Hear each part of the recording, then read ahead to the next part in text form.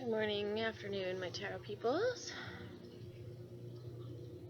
Oliver's here to join us for like a second before he jumps off my lap. Well, so I hope you guys have had a great week and you are ready for this wonderful, amazing supermoon in Pisces that we're about to have on Saturday, tomorrow. Let's light some sage to do some cleansing.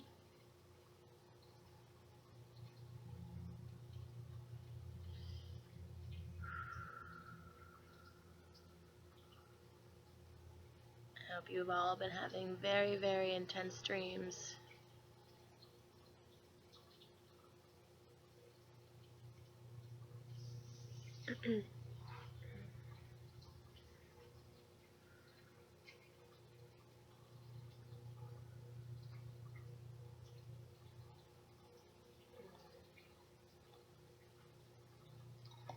I sure have. Some really, really intense dreams. Strict, weird dreams. Weird. So I was trying to figure out what I wanted to talk to today. I'm sick, of course. It seems to be prevalent. It just was like, and I think it's a shift. I'm pretty sure it's a shift. Very inopportune time for me to get sick right now, but yeah, that's what it is.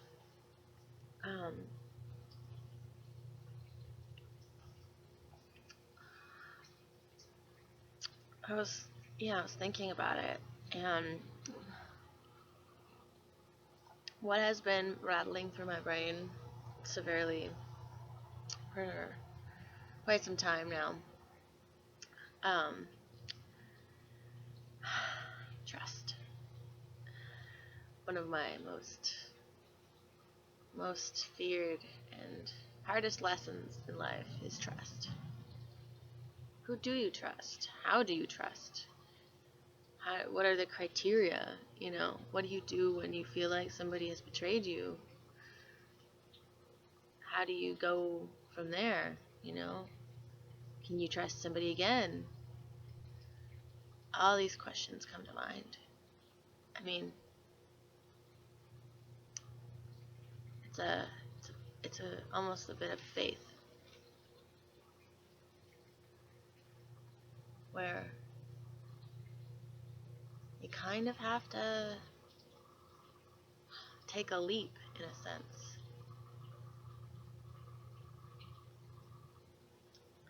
People can abuse your trust, and they can take advantage of your kind, nurturing nature and overstay their welcome and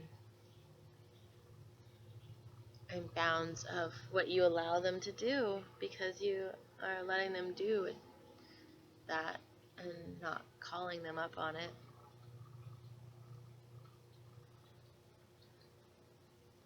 But it does ring true that you can't let one bad egg spoil the whole bunch. If somebody abused your trust in the past, which we've probably all had somebody who did that, somebody who took everything that you did for them for granted with so much salt, salty, and just, kind of danced around on your heartstrings and just did things that were just, you just didn't know why you let them do it, and it's not all you, and it's not all them, and it's hard to take responsibility for allowing somebody to violate that trust within you. But, we all want to believe that people deep down inside are good, that they have good intentions. Now, that can be true for a lot of people, but there are some very bad people out there that you cannot. So it's really a case-by-case basis, and it's a situation-by-situation basis, and that's it's a lot of hard work. We have a lot of hard work in our lives that we have to do. And so it's hard to constantly be checking in and checking up on somebody, making sure that they're, not trying to cheat us or not trying to put one over on us. It can seem overwhelming and tedious at times. Life is very hard. Life can be very hard at times. It can be beautiful. It can be wonderful. But it can also be just overwhelmingly hard when it comes to stuff like that. So then, how do we figure out how not to have to do that all the time, How do we get to a point where we can actually believe another person enough at their word or by their actions, And I think it's really the combination of the two, where when they say they're going to do something, they follow through on the action. And you can trust somewhat of what they do because they've shown you through their actions. And that takes time. And a lot of us, we don't have, the patience or the want to stick in and put in the time and effort to wait it out. So, time, patience, little bit of effort, and I think trust can be learned again. Inherently as children we trust people, and then that's how it gets broken because we are so trusting. But I think that we can learn how to trust the right people again, and it's possible. It's possible to find trustworthy people in your life.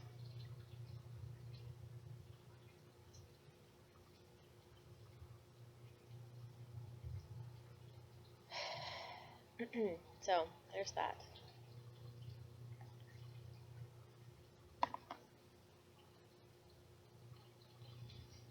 But, it's definitely a challenge, definitely a process. And I know I'm trying to get better at it every day. There's always doubts, Alright. Those ones just popped right out. I felt like death this morning. So death. It was like, please don't make me get out of bed. Please, please, please. I might have to douse myself again with some more Dayquil. I hate that stuff, but it makes life worth living during a cold. Alright, so for this weekend cast that I'm going to make it because I'm going to be busy all weekend, I'm going to pull more cards, but especially because it's a full moon and it's a super moon and it's in Pisces, so everyone's going to be really emotional, so hold on to your hats, peoples. I'm already feeling it. I'm not really that emotional, but I'm like, oh, I don't know. Kind of get a little like weepy-eyed. Love is constantly changing, yet at its core it remains the same. Love does not change, it only grows stronger. Change is simply love unfolding its never-ending story. Close your eyes and feel your spiritual connection to everything on this planet, every person, animal, tree, and flower. Feel the ocean, the wind, the sky, all in perfect harmony, moved by one eternal flow of love. Trust in the healing power of love, for it is only through love that happiness is possible. Observe all that transpires, but don't get emotionally attached. The storm will clear. You can only be assistance to the one you love if you remain positive. Wow. Spot on. Trust. Trust. Trust. Can we trust? You are a jewel even though you may not see it. What you consider imperfect is an illusion. Even in darkness, you shine eternally bright. Love generates love. You will receive positive confirmation of this in the next few days. Keep on loving, and you will keep on receiving ever greater blessings in return. Alright. Hope we have all the cards here. I totally dropped them earlier, and it was awesome. Awesome!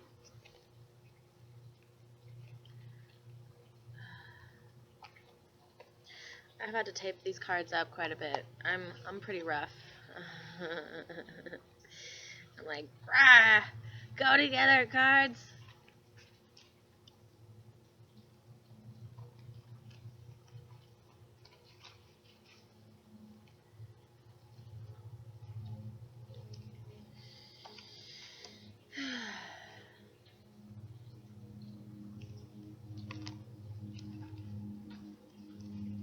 I think I'm one of those fairly trustworthy people. I think I'm just unpredictable in a sense that makes people nervous. And I can understand how unpredictability can be nerve-wracking, but it also can be exciting, you know. I'm a pretty exciting person to be around. You never know what's gonna happen.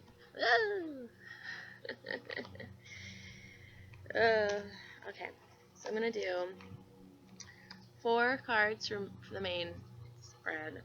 I'm gonna do 4 punctuation marks, and then I'm going to pull an extra 4 just for things of the moon, of, you know, release.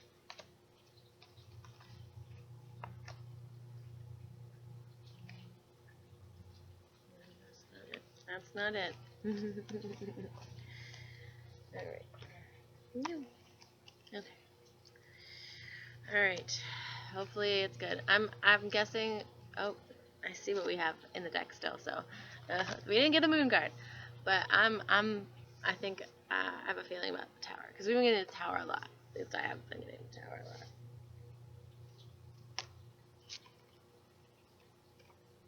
a lot. Okay.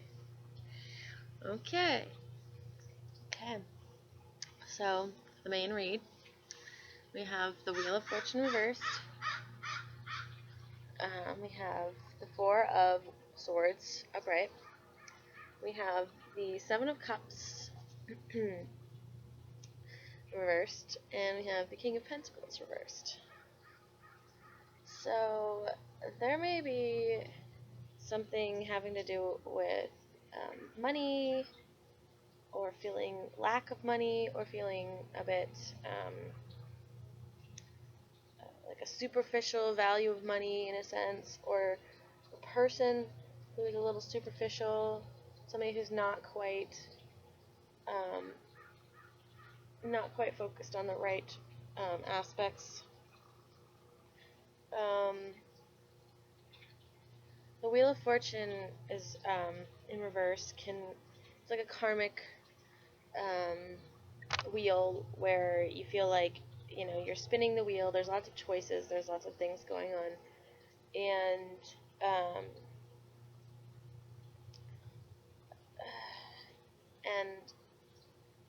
maybe it's not hitting jackpot this time. Maybe it only hit $1. Maybe you feel like you were deserving some kind of compensation or return or raise in your wages, and it's just not forthcoming. You're not feeling it at this time. It's not, you know, it's not coming back. And then we have the 4 of Swords, which is all about like meditation and rest, recuperation after, you know, like sparring or a battle or a mental, you know, challenge that you've had. You know, comes after the 3 of Swords, which is, you know, traditionally most decks 2 swords and a third one stuck through a heart. So a disappointment. So after a disappointment, you kind of had to go and sort out how you feel, your mind state. So perhaps it was just a disappointment of something that didn't come in. The 7 of Cups is about choices, lots of feelings, emotions. You know, there's a lot going on. So you might feel like there was a lot going on, or that you felt like you were feeling a lot of emotional state, but you've kind of come to a conclusion or decision over, this job, this person, this energy is a masculine, practical energy, and um, and let's see what the punctuation mark says. So there's a choice. We have the Two of Swords. We have the Three of Pentacles upright, Two of Swords upright. We have Eight of Pentacles and the Empress. So there's a new beginning, I believe, of a choice. You have to make a choice if you want to start something. Um, and it's work. It's definitely hard work, because we have the Eight of Pentacles in there, which is all about harvest. It's all about making things happen. And Three of Pentacles is all about building those firm foundations. It's having the right work to build the firm foundation. And I think there's a choice. It's like, do you want to build this foundation around this, job or this situation that you've been having? And it looks like everything's, in upright. And so it's all about your ability as a creator, as something that, we have the Empress there. She's very fertile, and she's got lots of energy towards creating things. And it's hard work, definitely, to be that Empress, to make things. But it seems like, the Three of Pentacles is also about getting recognized. So there's definitely a choice of, do you want to get recognized for your abilities and your work? Are you putting that out there? And do you want to continue working on this project that you may or may not get recognized for, but doing it for yourself instead of doing it for personal recognition? Of course. Well, all right. The full moon brings in the energy of, well, the Prince of Wands reversed. So we've got some hot-headed messengers writing in. We got some people, for sure, and that's not uncommon for the full moon, coming in with a little bit of, action oriented behaviors, lots of bravado, very fiery behavior. And we have the High Priestess upright and Three of Cups upright. And so I want to say, those two cards together, Prince of Wands and High Priestess, are very sexual. And we have the Three of Cups, which is all about reunions and about people getting together and communing. So I think there's going to be lots of parties and lots of things going on.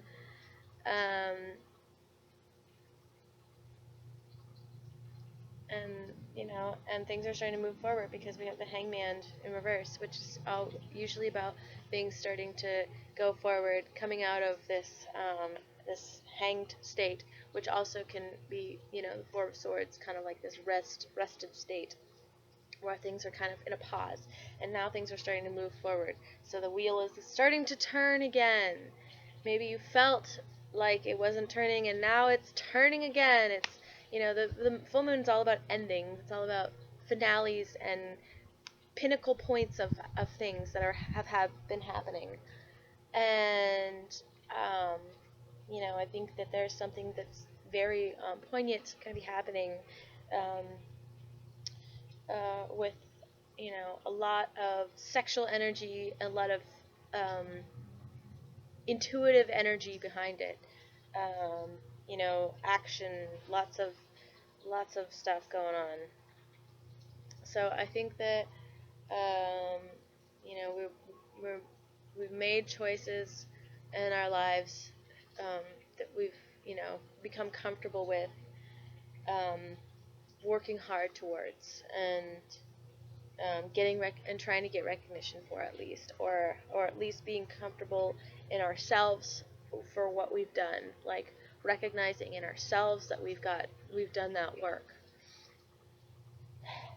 And I think that Seven of Cups is definitely referring to an emotional storm kind of blowing over, being, making choices towards something, emotional choices towards how you feel about something. Um, and I think it's going to be a great weekend. Honestly, I'm very excited. I've got my things going on, and there's lots of stuff going on in my city that's going to be wild, and I'm ready. I'm ready for it. Hopefully it won't rain. Knock on wood.